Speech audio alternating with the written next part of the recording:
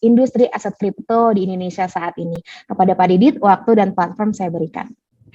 Baik, terima kasih Mbak Christina, Pak Yudis, Mas Manda, dan teman-teman semuanya. Selamat sore, Assalamualaikum warahmatullahi wabarakatuh.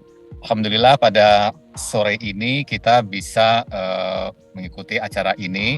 Ini tentu kaitannya dengan Bulan Literasi Kripto. Kami memang dari Bapepti mengharapkan dalam 1 bulan ini, Februari, kalau lebih-lebih dikit juga boleh lah gitu kan, akan terwujud literasi dan edukasi yang lebih baik kepada masyarakat banyak. Ya, jadi kami ingin bahwa masyarakat itu lebih tahu tentang kripto, lebih tahu tentang bagaimana ekosistem kripto, sehingga ketika mereka akan melakukan investasi ataupun katakanlah menjadi pelanggan, itu sudah menjadi lebih baik lagi. Tidak sekedar ikut-ikutan, tetapi dengan sadar, dengan pengetahuan yang sepenuhnya itu bisa ikut di dalam perkembangan aset kripto ini. Ini maaf mungkin suaranya agak goyang dikit karena saya di jalan menuju ke Bandung ini. Ini hebatnya teknologi gitu. Pak Yudis, Mas Manda, dan teman-teman semuanya. Jadi kalau kita lihat bahwa Bapepti ini memang sejak 2018 ya, ini memang ditugaskan untuk melakukan pengelolaan dari aset kripto ini. Ya, jadi sekali lagi bahwa yang kita kelola di Indonesia ini adalah aset kripto. Kripto kita anggap sebagai aset, bukan sebagai currency. Ya, itu yang harus kita sepakati ya. Jadi bukan currency, tapi adalah aset. Ya, jadi sejak 2018 itu Bapepti sudah ditugaskan untuk melakukan pengelolaan, pengendalian terhadap tata kelola perdagangan aset kripto hingga sampai saat ini masih dikelola oleh Bapepti. Dan kemungkinan sampai dengan 2 tahun ke depan sesuai dengan Undang-Undang Nomor 4 Tahun 2023 tentang P2SK, maka di 2 tahun ke depan nanti setelah PP-nya nanti diterbitkan, baru ini akan dialihkan ke OJK. Nah, tapi sementara itu maka Bapepti tetap akan melakukan pengendalian, pengawasan atas tata kelola aset kripto ini. Teman-teman semuanya, Ibu Bapak sekalian yang berbahagia, kesempatan ini saya juga menyampaikan bahwa pertumbuhan aset kripto di Indonesia ini sangat tinggi, lebih maju sekali ya. Kalau kita lihat, ini didorong dengan bahwa Indonesia memiliki faktor-faktor pendukung yang sangat baik. Sebutkanlah misalnya terkait dengan demografi di Indonesia, ya. Kemudian juga pengguna internet, kemudian juga kebijakan terkait dengan perdagangan digital, ya. Ini membuat perdagangan aset kripto menjadi salah satu strategi pemerintah untuk mempercepat, menciptakan, dan mendorong upaya pengembangan ekonomi digital Indonesia di 2030. Ya, jadi kondisinya, latar belakangnya ini memang sangat mendukung. Jadi kondisi ini tentu harusnya kita manfaatkan, gitu. Nah, Ibu Bapak sekalian, teman-teman sekalian, kalau kita lihat beberapa perkembangan terkait dengan aset kripto, maka ini sudah sangat bagus kalau kita lihat total transaksi di 2020 ya. Di 2020 itu total transaksinya hanya sekitar 65 triliunan, sekitar 64, sekian triliun. Meningkat di 2021 859 triliun, dan di 2022 ini sampai 300-an triliun. Nah, tentu ini kondisi yang menggembirakan, ditambah bahwa walaupun memang transaksi ini menurun di 2022 dibandingkan 2021, namun kalau kita lihat jumlah pelanggannya ini mengalami peningkatan yang sangat signifikan. Di akhir 2021 itu ada 11, sekian juta pelanggan, maka di akhir 2022 itu sudah 16,7 juta pelanggan, ya.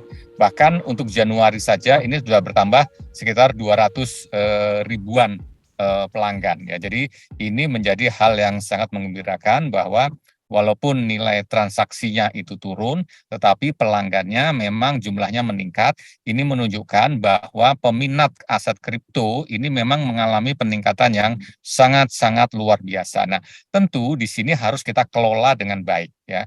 Kami di Bapepti akan berupaya untuk mengelola perkembangan tata kelola aset kripto ini dengan lebih baik lagi. Salah satu PR ya, pekerjaan rumah yang belum kami selesaikan terkait dengan aset kripto ini adalah pembentukan bursa, kemudian lembaga clearing dan lembaga kastodi. Ya, ini memang harus kita wujudkan di tahun ini.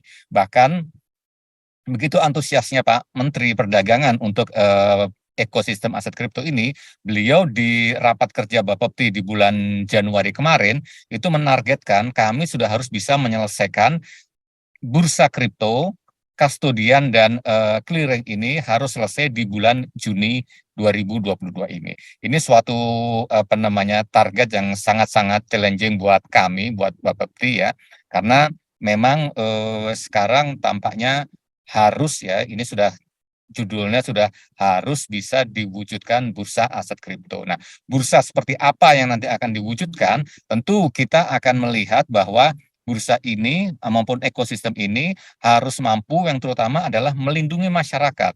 Melindungi masyarakat terhadap praktek-praktek perdagangan aset kripto yang tidak benar gitu kan. Jadi makanya selain literasi ini, maka pembangunan ekosistem ini diharapkan akan melindungi masyarakat. Jadi fokus yang kami kami kejar adalah dalam membangun ekosistem ini adalah perlindungan kepada masyarakat gitu. Jadi kalau sekarang ya, kalau kita lihat sekarang ekosistem itu belum terbentuk dengan baik. Sekarang yang ada adalah pedagang fisik aset kripto. Ada sekitar 27 pedagang fisik aset aset kripto. Kalau kita lihat sekarang, terus terang saya selalu mendoakan ya seluruh pedagang seluruh pedagang fisik aset kripto ini sehat-sehat selalu, kondisinya baik-baik selalu gitu kan. Kenapa? Karena di pedagang ini dia megang uang, dia megang aset, dia juga melakukan perdagangannya. Nah, jadi kalau ada yang sakit kemudian sampai kemudian tidak bisa ngurus perusahaannya, maka yang repot semua orang gitu kan. Yang repot semua orang karena semuanya ada di satu tangan seperti itu. Jadi kalau ada beberapa permasalahan terkait dengan pedagang aset kripto, itu terus terang rambut saya langsung berdiri itu, langsung naik gitu. Asam lambung itu langsung langsung muncul itu. Karena biar bagaimanapun kami di Bapeptilah yang akhirnya harus bertanggung jawab kan gitu kan. Harus bertanggung jawab untuk memastikan bahwa perlindungan pada masyarakat ini bisa terwujud. Nah, dengan nanti akan berdirinya, terbangunnya ekosistem aset kripto ini, ada bursa, ada kastodi, ada lembaga clearing, maka kami akan, Bapepti akan menggeser risiko itu ke lembaga-lembaga ini. Jadi kami akan berbagi risiko, gitu kan. Jadi mau tidak mau, lembaga-lembaga ini memang harus terbentuk ya. Saat ini baru ada pedagangnya saja ya. Jadi bukan itu jelek ya, tapi ya tidak lengkap ya, tidak lengkap. Artinya saat ini memang sangat rawan dengan kemungkinan terjadinya penyimpangan. Nah, jadi memang kami akan mendorong itu. Tetapi di sisi lain, kami juga tidak ingin sekedar cepat-cepat bikin bursa ya. Kami tidak ingin itu. Kami ingin pastikan bahwa bursa yang nanti berdiri, kastodian yang nanti berdiri, dan clearing yang nanti ditugaskan untuk melakukan pengelolaan aset kripto ini memang betul-betul mampu melindungi masyarakat, mampu berpihak kepada masyarakat. Nah, gitu kira-kira ya. Jadi ini yang kami kami bangun sekarang ya. Jadi saya juga ini ingin menyampaikan sedikit nih, saya nggak tahu Mas Manda mungkin udah dapat informasi banyak. Kami saat ini sedang dilakukan pemeriksaan oleh Ombudsman, ya, Ombudsman Republik Indonesia, karena ada pengaduan, ya, karena ada pengaduan dari satu calon perusahaan calon bursa, ya, calon bursa kripto yang mengadu bahwa ini kok belum selesai juga gitu loh. Jadi dianggap bahwa Bapepti itu maladministration, maladministrasi, lamban dan sebagainya. Nah, kami sampaikan ke Ombudsman bahwa kami tidak melakukan istilahnya memperlambat atau apa, tidak seperti itu, tetapi kami fokus kepada bagaimana supaya masyarakat itu terlindungi gitu kan. Jadi kami tidak terlalu mementingkan service level agreement-nya, ya. Bisa jadi kami melewati service level agreement, itu menjadi kesalahan kami, tetapi kalau saya lihat tidak ada service level agreement yang kami cederai gitu kan. Artinya ketika ada setiap kali ada dokumen masuk tentu sudah segera kami tangani gitu kan, pada waktunya, walaupun dokumen itu kadang-kadang masih belum sesuai dengan standar. Nah, ini yang kami kembalikan kepada yang bersangkutan. Saat ini memang kami sedang berproses di Ombudsman dan kami harapkan bahwa kami bisa menjelaskan kepada Ombudsman, kami bisa menjelaskan kepada seluruh masyarakat bahwa fokus kami adalah perlindungan kepada masyarakat. Heavy kami adalah perlindungan kepada masyarakat. Jadi jangan sampai masyarakat itu nanti dirugikan dengan melakukan transaksi terkait dengan aset kripto. Ibu Bapak, teman-teman semuanya, Pak Yudis, Mas Manda, Mbak Christine, ya. Jadi berbagai upaya pengelolaan aset kripto sudah kami coba lakukan. Perba 8 sudah kami revisi lagi dengan bukan revisi ya, ada adendumnya di Perba berapa yang terakhir itu, Perba 11 ya. Kami sudah coba perbaiki itu dan tentunya intinya adalah pada penguatan aset kripto. Kami tentu tetap membuka lebar-lebar siapapun investor yang akan katakanlah menyemarakkan ya perdagangan aset kripto di Indonesia, kami tentu sangat terbuka dengan itu sejauh sejauh ini bisa memberikan manfaat bagi masyarakat di Indonesia. Kami juga mengajak seluruh biasanya teman-teman muda ini untuk ya ikutlah berpartisipasi di aset kripto, tetapi dengan pertimbangan-pertimbangan yang logis dan legal ya. Jadi tentunya eh, dua hal itu, legal dan logis, menjadi pertimbangan. Kemudian kalau kita lihat saat ini ada sekitar 383 ya, 383 jenis aset kripto yang bisa diperdagangkan di Indonesia. Nah, jumlah 383 ini hanya 10 jenis yang berasal dari aset lokal ya, dari kripto lokal gitu kan. Nah, ini terus terang saya ingin mendorong, mengajak, ayo dong, gitu kan, anak-anak muda Indonesia ini, cobalah bikin aset kripto yang lokal gitu kan. Mosok nggak bisa sih, ya kan? Yang udah 10 itu sudah terbukti ada, ya kan?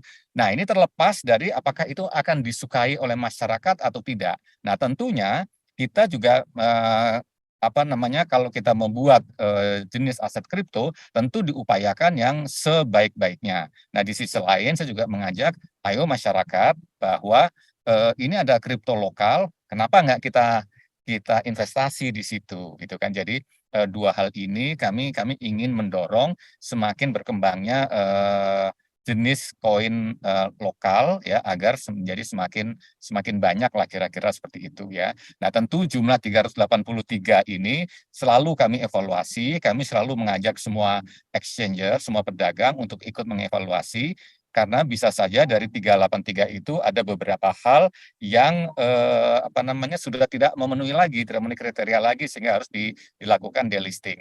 Tetapi terbuka kemungkinan ada beberapa jenis lagi yang mungkin belum masuk ya, tetapi sudah layak untuk dilakukan listing ke apa namanya ke jumlah yang diizinkan. Jadi kami tentu terbuka bahwa jumlah yang 383 itu tentu tidak berhenti begitu saja, tetapi itu akan terus berkembang sesuai dengan kebutuhan. Ya. Dan terakhir, saya ingin kembali mengajak semuanya, mari kita menyemarakkan bulan literasi kripto ini dengan upaya-upaya tindakan-tindakan kita yang meningkatkan literasi masyarakat, meningkatkan edukasi kepada masyarakat, sehingga masyarakat dan terutama yang senang dengan aset kripto ini akan semakin aware, semakin menyadari kira-kira apa manfaat dari aset kripto ini, dan tentunya juga setelah itu bisa bukan hanya sebagai pembeli pelanggan seperti itu, tapi kalau bisa ya ikut sebagai katakanlah pelaku, ya kan? Nah, ini tentunya akan membawa kebaikan bagi kita bersama. Saya rasa sementara itu nanti kita bisa diskusi lebih lanjut. Terima kasih. Selamat sore, wassalamualaikum warahmatullahi wabarakatuh. Kembali ke Mbak Kristina. Terima kasih Mbak Kristina.